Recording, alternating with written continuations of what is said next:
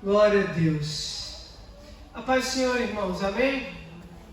Todos estão bem, todos estão em paz, felizes com Jesus, amém? Deus nos chamou para sermos pessoas alegres. Deus nos chamou para sermos pessoas felizes. Por mais que outrora a gente tenha caminhado em alguma época da nossa vida, por períodos de tristezas, quando a gente passou a andar com Deus, a nossa vida ficou mais feliz, não é verdade?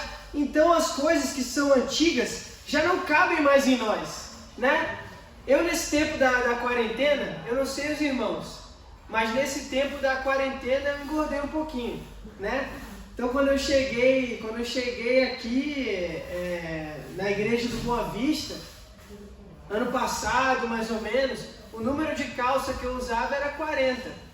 Hoje, se eu quiser usar uma calça, eu tenho que comprar 42. A 40 já não cabe em mim, porque a 40 na minha vida se tornou passado. Não é verdade? Então eu quero falar um pouco com os irmãos nessa noite sobre o fato de que quando a gente passa a viver com Deus, o hábito atual da nossa vida é a felicidade. A tristeza não nos cabe mais. A tristeza é como a calça 40 hoje em mim, na minha vida, não dá mais, Talvez um dia eu volte a usar esse número, talvez não, mas estou feliz do jeito que eu estou com Deus, amém? Vou convidar os irmãos a abrirem suas Bíblias no livro de Mateus, capítulo 7. Eu quero dar continuidade, mesmo falando um pouco sobre a alegria que Deus nos traz, a vida de alegria em Cristo, dar continuidade ao último assunto que eu toquei com os irmãos na última pregação que eu fiz no domingo retrasado, falando sobre o jejum, sobre o que Deus espera do jejum. Então eu vou estar falando com os irmãos sobre o que é o jejum hoje. Está falando um pouco, sobre o que é o jejum. Mateus 7, do 14 ao 17, nós iremos ler.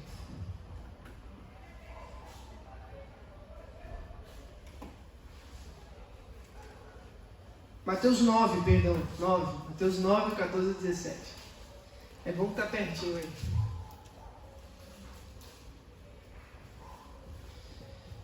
Quando Jesus ele se encontra aqui com os discípulos de João Batista, e eles indagam a Jesus sobre a quantidade de jejum que os discípulos dele faziam e por que eles não faziam tanto. A palavra de Deus diz assim: então chegaram ao pé dele os discípulos de João, dizendo: por que jejuamos nós e os fariseus muitas vezes, e os teus discípulos não jejuam?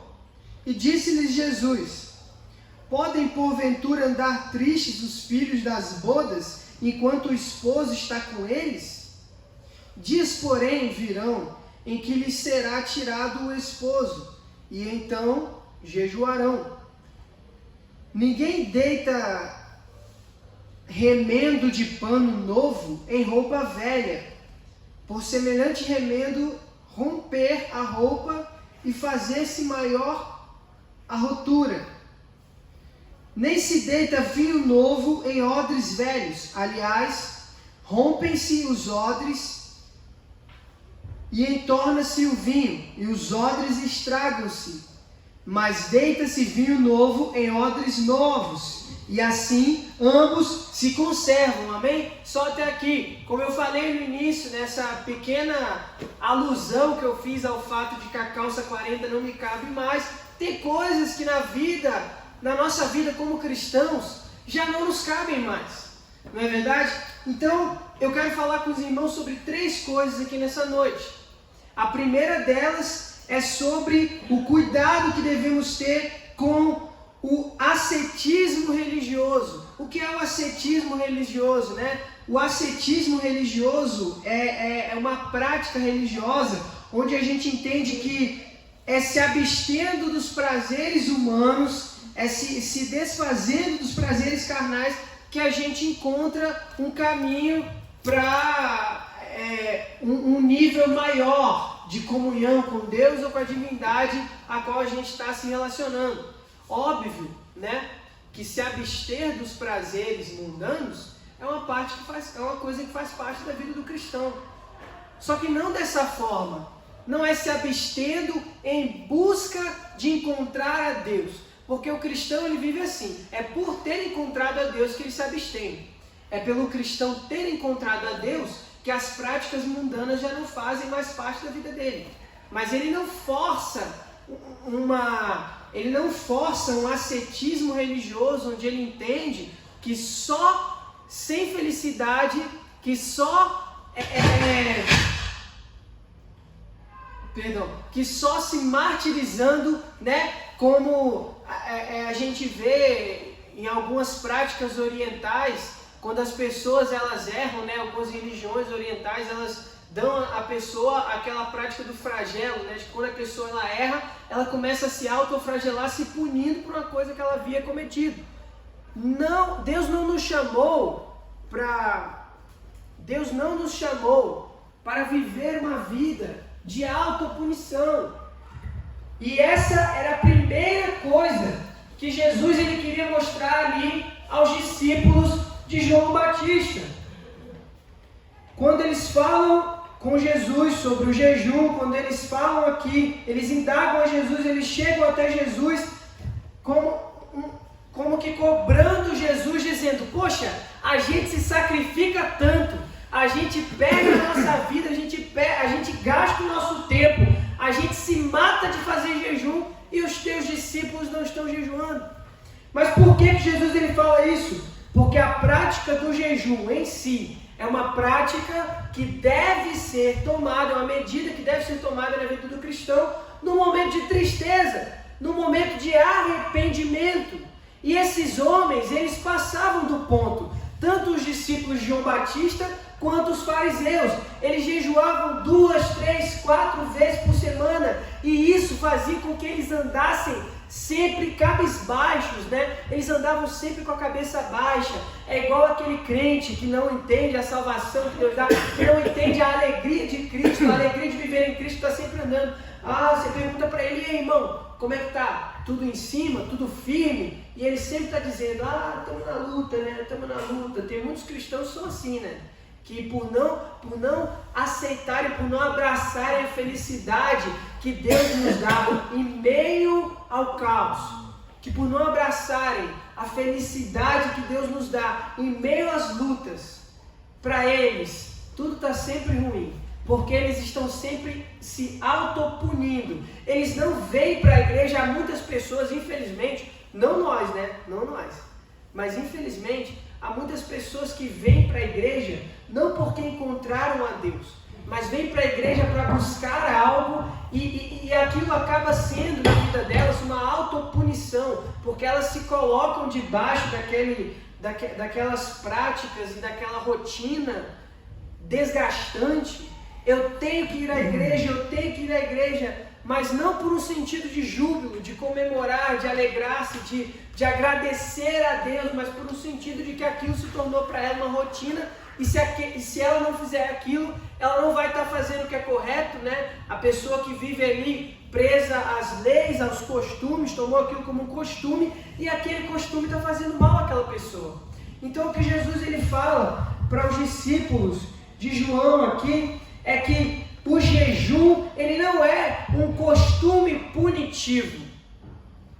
O jejum ele não é um sacrifício que você faz para ostentar, né? Porque falando aqui dos fariseus, Mateus ele fala que havia o lado dos discípulos de João e havia o lado também dos fariseus. Falando dos fariseus, os fariseus eram pessoas que jejuavam e cumpriam as suas práticas religiosas para aparecer para os outros, né? Para bater no peito e dizer: eu jejuo. Porém, o jejum, como eu disse aqui há pouco, ele é uma prática que, quando eu estou entristecido com algo que vem acontecendo, quando eu estou entristecido com atos que eu vi, que eu me apercebi, quando eu abro os meus olhos e vejo: nossa, eu estou pecando contra Deus. Nessa circunstância, o jejum ele me cabe. Quando eu abro os meus olhos e vejo: nossa, os políticos do meu país estão agindo de maneira corrupta, Eu preciso tomar uma atitude para que Deus ouça o meu clamor. Nessa circunstância, o jejum me cabe. Como quando Esther, ao ver a situação do povo de Israel sendo oprimido, lá pelo o próprio marido dela, o rei Xerxes, envolvido ali em um esquema onde diabolicamente todos os israelitas estavam prestes a ser exterminados, um esquema antissemita. Ela jejua a Deus. Aquele era o momento de jejum. O jejum é para ocasiões como estas, onde a gente se vê entristecido por algum fato que ocorre na sociedade, entristecido por algum fato, por alguma atitude que cometemos contra Deus. É um ato de humilhação. E aqueles homens, eles estavam se utilizando do jejum para aparecer, para dizer, eu faço mais do que você. Assim como muitas vezes há pessoas que, como eu falei, elas vêm para a igreja, não porque encontraram a Deus e como um ato de júbilo, vêm agradecer e se alegrar na presença do Senhor, mas para mostrar para as pessoas da sociedade que elas vivem o cristianismo. Porém, infelizmente, o cristianismo vazio, porque quando você pergunta a essa pessoa se está tudo bem, ela diz que está caminhando. Ela não encontrou a felicidade. E esses discípulos de Jesus, o que diferenciava eles dos discípulos de João, é aqui onde eu quero chegar no segundo ponto. O segundo ponto, a alegria que Deus tem para nós. O que diferenciava é que eles não viviam presos às amarras de uma religião vazia, mas eles viviam novidade de vida. Eles viviam tendo em si o Espírito do Deus vivo que fluía dentro do corpo deles, e aquilo fazia com que eles não vivessem presos a amarras, mas com que eles vivessem o sobrenatural de Deus, que fazia com que mesmo no meio das lutas, mesmo no meio das tristezas, mesmo no meio da opressão do Império Romano que ocorria naquela época, eles se alegrassem porque sabiam que o noivo estava ali com eles, sabiam que o noivo estava ali com eles para socorrer a eles em qualquer coisa que eles precisassem. Não é? A gente vê quando a tempestade ela alcança o barco onde os discípulos estavam. Jesus vem andando sobre as águas e acalma o mar. Tendo na vida deles, por qual motivo esses homens iriam jejuar? Né? Por isso que Jesus ele fala aqui, o noivo, sabendo que o noivo está convosco, sabendo que o noivo está com eles, né? Por que eles iriam jejuar? E aqui Jesus ele faz uma alusão a um período que iria acontecer à frente, quando ele diz que haveria um período onde o noivo seria tirado deles. Jesus fala sobre o tempo que viria de perseguição, onde muitos dos discípulos ali encontrados iriam perder suas vidas por amor ao Evangelho, né? Viria um tempo de tribulação para eles, e aquele seria o tempo propício para que eles jejuassem, no tempo que eles precisassem desesperadamente da misericórdia de Deus. O jejum não é uma prática para ser ostentada. O jejum é algo que no momento da aflição, ele faz você se aproximar de Deus. Assim como a oração, o jejum e a oração, caminhando juntos. Neste momento, é algo que Deus aceita como uma oferta agradável e algo que vai fazer com que ele se aproxime de você. Ao entender que você, naquele momento de desespero, entende que só ele é capaz, que só ele pode, não é, ajudar você na causa que você precisa. Então o jejum é para esse tipo de situações. Trazendo aqui mais uma vez para a parte, não é, que diz respeito à felicidade que Deus nos dá. Trabalhando aqui um pouco a questão dos discípulos de João. Alguns historiadores, tendo encontrado um manual de disciplina no Mar Morto, eles dizem, né, afirmam eles que João ele era praticante da seita dos essênios, que era uma classe religiosa como os fariseus naquela época, né? Os essênios eram uma classe religiosa, e dizem que João Batista ele era um membro da seita dos essênios, e que esses seguidores dele aprenderam com João Batista esse costume, essa seita religiosa. e que até depois que Jesus morreu, a gente apurando aqui a história, a gente vai ver que depois que Jesus morreu, os discípulos de João Batista não seguiram a Jesus. Eles continuaram sendo discípulos de João Batista, eles não se converteram ao cristianismo, né? Então é uma coisa bem esquisita mesmo. Então quando a gente vai olhar para a Bíblia, a gente vê que, sim, João Batista foi um grande homem de Deus. João Batista foi a voz que clamava no deserto e anunciava a vinda do Filho de Deus. Porém, João Batista não era o próprio Filho de Deus. Então, quanto a ficar com o que João Batista diz e faz, e o que Jesus diz e faz, eu prefiro ficar com o que Jesus diz e faz, né? Mas não nos atendo aos pormenores aqui do texto, foi só uma questão explicativa. É necessário que a gente entenda que, enquanto o noivo está conosco, enquanto em meio a situações de aflição, enquanto em meio à nossa vida, à nossa rotina, ao nosso cotidiano, a gente vê que o Espírito de Deus habita no nosso coração, que Deus está conosco, seja em qual for a situação, com a necessidade de a gente fazer como esses homens se matando, né? De fazer jejum 4, 5, 6, 7, 8, 9, 10 dias, né? É muito bom aquele jejum que a gente faz uma vez no ano, dos 21 dias de oração, porque é o jejum que tem por trás dele o clamor por um propósito. Não é o jejum para que as outras denominações que estão ao nosso redor olhem e digam, nossa, eles jejuam. Não é o jejum para que a gente esfregue na cara dos outros por aí e diga, olha, eu jejuo, você tem que jejuar também. Eu estou jejuando com um propósito, né? E Jesus, ele detecta aqui que esses discípulos de João Batista e os fariseus jejuavam sem um propósito. E por fim, a terceira parte da nossa mensagem, que é o entendimento de que aquilo que é velho não nos cabe mais. O que Jesus ele veio trazer aqui no versículo 16, quando ele fala que ninguém põe um remendo de pano novo numa veste velha, quando ele fala que ninguém põe um vinho novo, no versículo 17, em odres velhos, ele vem dizer para esses homens, olha, o novo de Deus chegou, a novidade de vida chegou, o verbo se fez carne e habita no meio de vocês, deixem de lado as práticas antigas da velha religião, porque eis que tudo se fez novo. Eis que eu trago para vocês novidade de vida. Eis que eu trago para vocês uma vida que não precisa estar presa às amarras da religiosidade, mas uma vida que traz pureza e que dessa vida você emana vida para as outras pessoas que te rodeiam, né? Quando a gente fala de quem está ligado na videira, lá em João, a gente fala de alguém que tem a vida de Cristo na vida dele.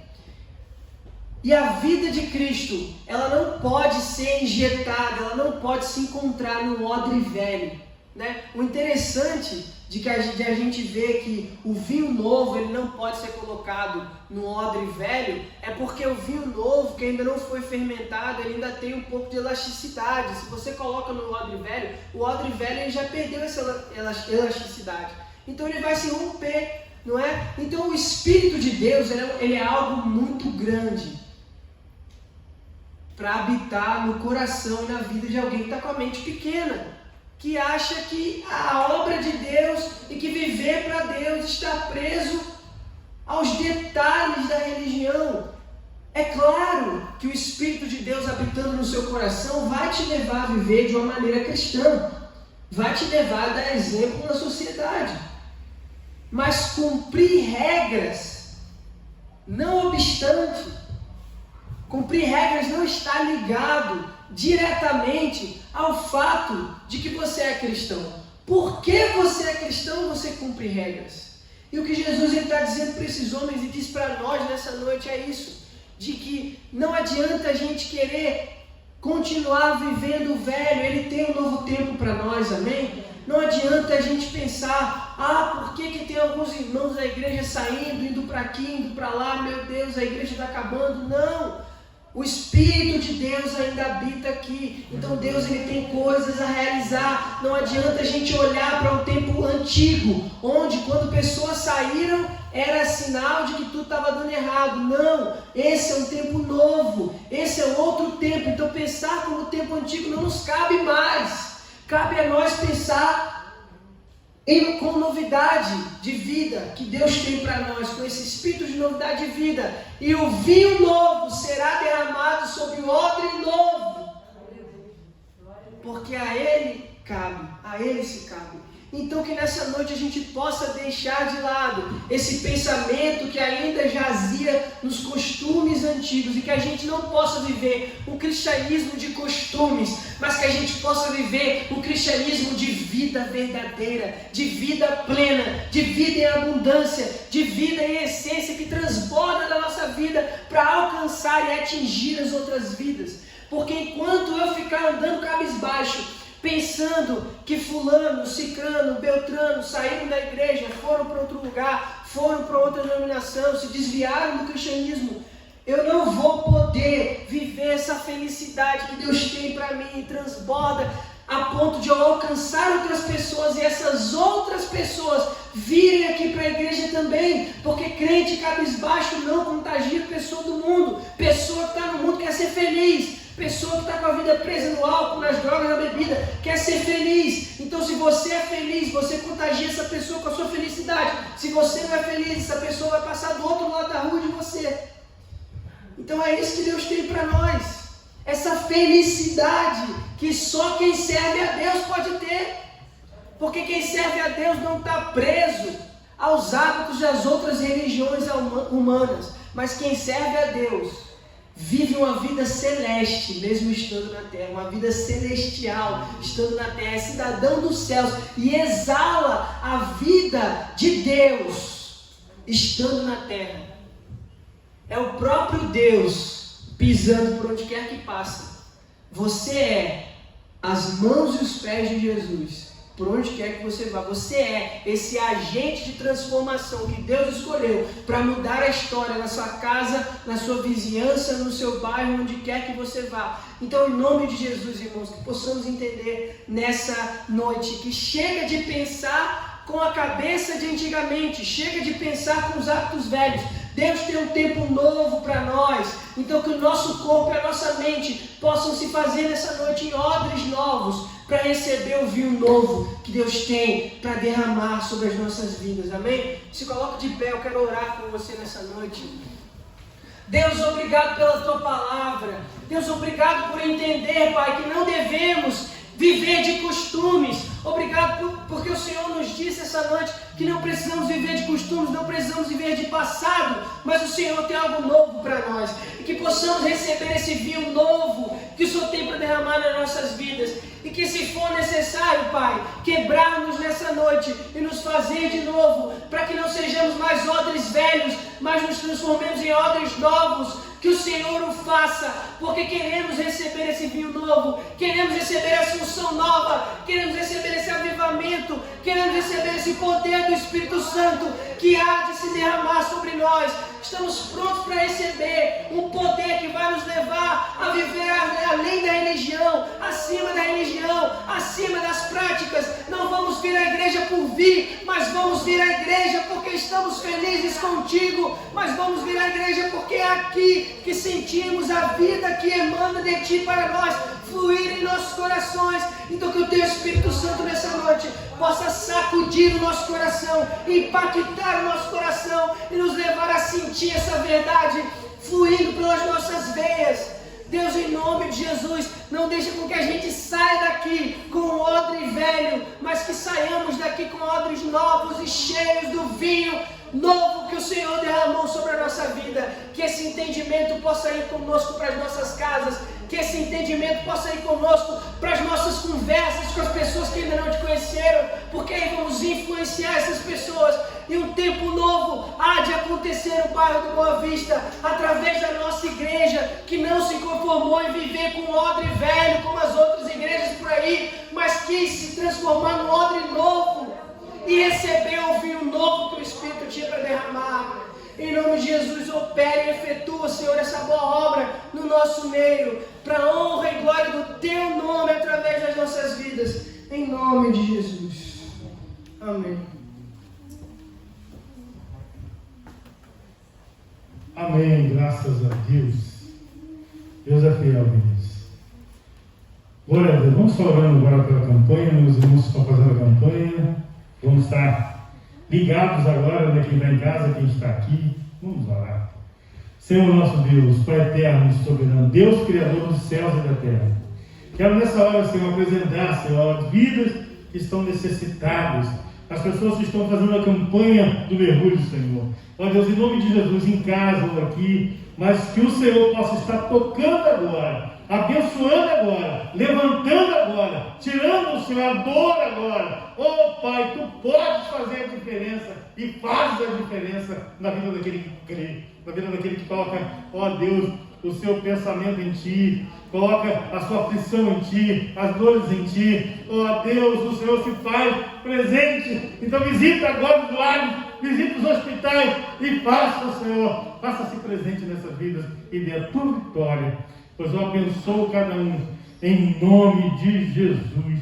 Receba agora de Deus, receba de Deus o toque e seja feliz e seja abençoado em nome de Jesus. Aleluia. Glória a Deus. Deus é fiel, irmãos. E nós acreditamos que sempre há coisa nova em Deus, não é? Sempre há novidade em Deus. Então não desista nunca. Não desista, não desista. Confie e deixa Deus te usar. Aleluia. Quero orar pelas famílias, agora encerrando também esse momento, né? Orar pelas famílias que precisam de Deus. Quantas famílias não estão se desfazendo? Quantas famílias estão sendo arruinadas? Não é? Então, quantas famílias? Então vamos orar. Senhor nosso Deus, Pai eterno e soberano, visita agora os lares, Pai. Os casamentos, Senhor. Os maridos, as esposas, os filhos, Pai, os lares. Sabemos que o Senhor é Deus de família. O Senhor é Deus que une o homem a uma mulher. O Senhor é Deus que faz a união perfeita, Senhor, no céu e na terra. O Senhor é Deus que, ó Deus, constrói, ó Pai, constrói famílias, constrói lares. Tu és Deus, ó Pai. Então, em nome de Jesus, eu repreendo agora toda ação do inimigo para destruir, para acabar, toda ação do inimigo para trazer confusão nas casas, nos casamentos. Eu repreendo em nome de Jesus. E eu peço a Tua bênção agora, Pai. Visita agora os filhos também. Oh Deus, e possa trazer a bênção para os filhos, Pai. Em nome de Jesus. Deus, que o Senhor possa entrar com providência e abençoar, ó Deus, cada casal, Pai. Trazendo paz, harmonia. E, ó Pai, o reflexo dessa harmonia vai ser nos filhos também. Abençoa, Senhor. Tira os filhos das drogas, da prostituição, aqueles que estão no caminho errado. Que o Senhor possa trazer de volta. Que o Senhor possa os abençoar. Que o Senhor possa dar a eles, ó Deus, a Tua bênção e a Tua vitória. Em nome de Jesus, eu abençoo cada família da Tua casa e cada família representada aqui na Tua casa. Em nome de Jesus, eu abençoo e profetizo a vitória em nome de Jesus. Amém? Receba a bênção. Que a graça do nosso Senhor e Salvador Jesus Cristo, o amor de Deus, nosso Pai, as ricas, maravilhosas e poderosas consolações do Espírito Santo, seja com todo o povo de Deus, em toda a face da terra, não só hoje, mas para todo sempre. Amém. Glória a Deus.